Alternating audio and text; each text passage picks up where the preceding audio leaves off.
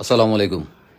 গত সপ্তাহের ভিডিওতে প্রচুর পরিমাণে ভিউ হয়েছে আলহামদুলিল্লাহ, এবং সবার অনেক কোয়েশ্চেনের মাঝখানে বড় দুইটা কোয়েশ্চেন ছিল। এই লোকেশনটা আমি আগেবার বলে দিয়েছিলাম, আমি তারপরও বলতেছি আবারও এখনও।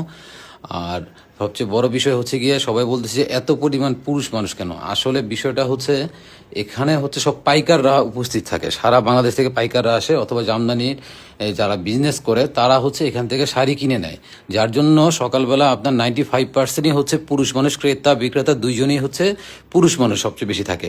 এই জন্য 95%-এর উপরে শুধু আপনি পুরুষ মানুষই দেখবেন। আর যারা খুচরা কিনতে আসে তারা মহিলারা আছে হাটের এই শেষ প্রান্তের দিকে, এখানে এসে বসে ওনারা মহিলারা যারা আছে তারা নিজেদের মতো শাড়ি কিনতে পারে। আর আবার আমি লোকেশনটা বলে দিচ্ছি, সেটা হচ্ছে গিয়ে নারায়ণগঞ্জের কাশপুর ব্রিজ থেকে সিলেট রোডে ঢুকে বরাবর বাস স্ট্যান্ড থেকে জামদানি পল্লী বললেই দেখিয়ে দিবে জামদানি পল্লী, জামদানি হাট হয় ওখানেই। শুক্রবার ফজরের পর থেকে মাত্র 2 থেকে 3 ঘন্টা থাকবে। ধন্যবাদ।